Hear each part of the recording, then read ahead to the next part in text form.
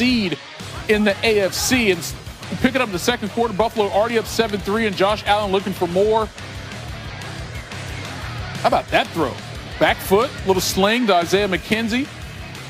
14-3 to Stephon Diggs, like, yo, I think we good. I'm just go ahead and take care of these incisors real quick. All right, so after Dolphins 3 and out, they punted away, and McKenzie's back into 16, gets some blocks, gets a lane, breaks some tackles, and then turns on the speed and bloop. How about that move? 84-yard touchdown, second player in NFL history with 2 receiving touchdowns and a punt return touchdown in a first half. Some guy named Tommy McDonald did it back in 1959. Shout out to his family. Bills up 28-6 at the break. Tua had 3 interceptions on this day. The Bills put up 56 points. Josh Norman, that pick 6 helped it out. And, Dolphins eliminated. Bills are your number 2 seed. This is how it looks. Chiefs, Bills, Steelers, Titans, those are your division winners. Those are your wild card teams. Ravens, Browns, Colts.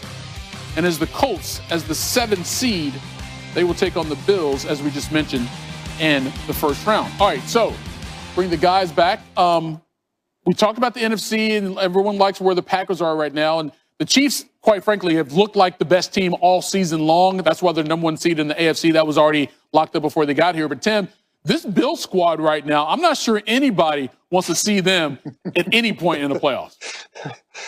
You got that right. Listen, this was like, hey, we're going to play you for a little bit in this game, maybe not the whole thing. We'll see how it goes. And you saw what Josh Allen did even in that environment. And then you think about, boy, and they're going to score on special teams. They are dangerous, and in large part because the quarterback is just that physically talented. Just plain and simple, he's that good. He's that gifted. The ability to just take a game over. So they can score with you. They're going to play good defense.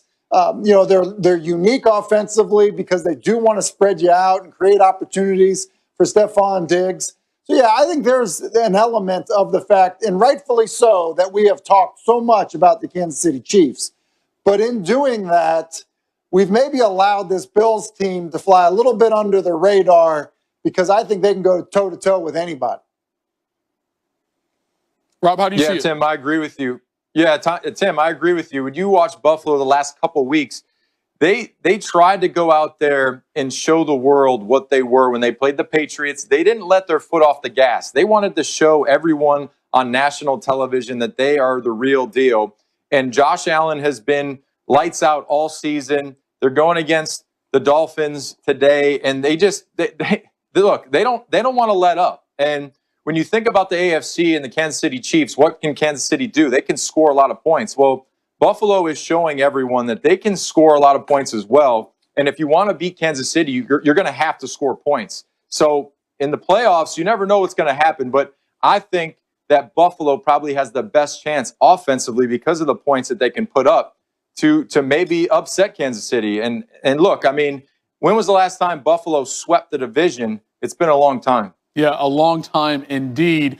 And it took a long time to get here, seemingly, for this 2020 season. But here we are. Chiefs number 1 seed in the AFC, Packers number 1 seed in the NFC. Both will have the first weekend off.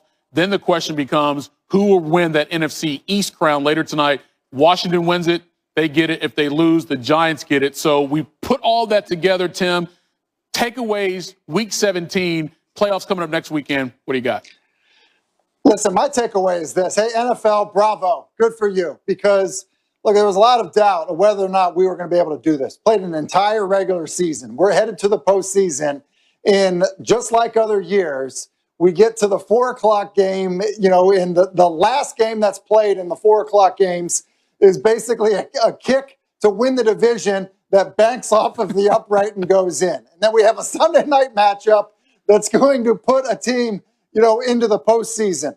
There's nothing better. It's one of the things that you absolutely love about the NFL. It comes down to Week 17. There's always seem to be ramifications for the postseason. And that's no different this season, even though it's been a year like no other. So well done getting to this point. Yeah, Tim, and putting the team into the postseason with a losing record, regardless of if Washington wins or loses. A team with a losing record is going to win that division in NFC East. It's wild. Rob, what was your takeaway?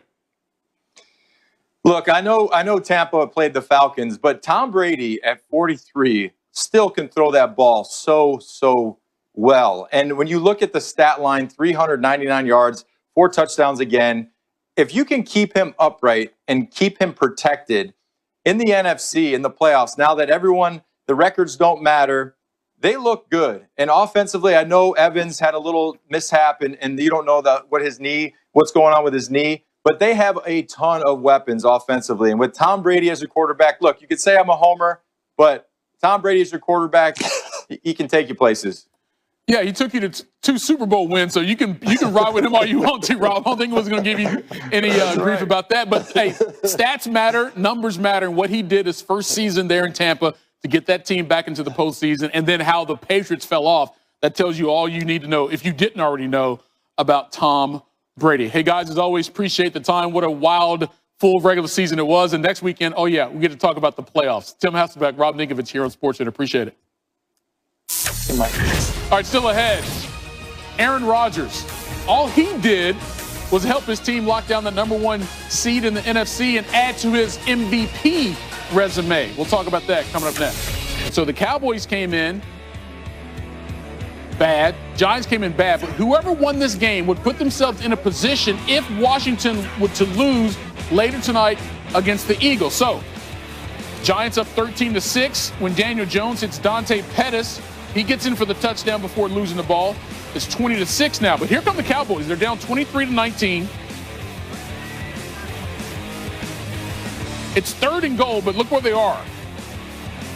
So, Andy Dalton somehow just throws it up for grabs in the end zone, and that didn't work, man. Xavier McKinney is right there for the interception. So the Giants just need a first down to end it. Wayne Gallman, there's your first down. Oh, and there's a fumble.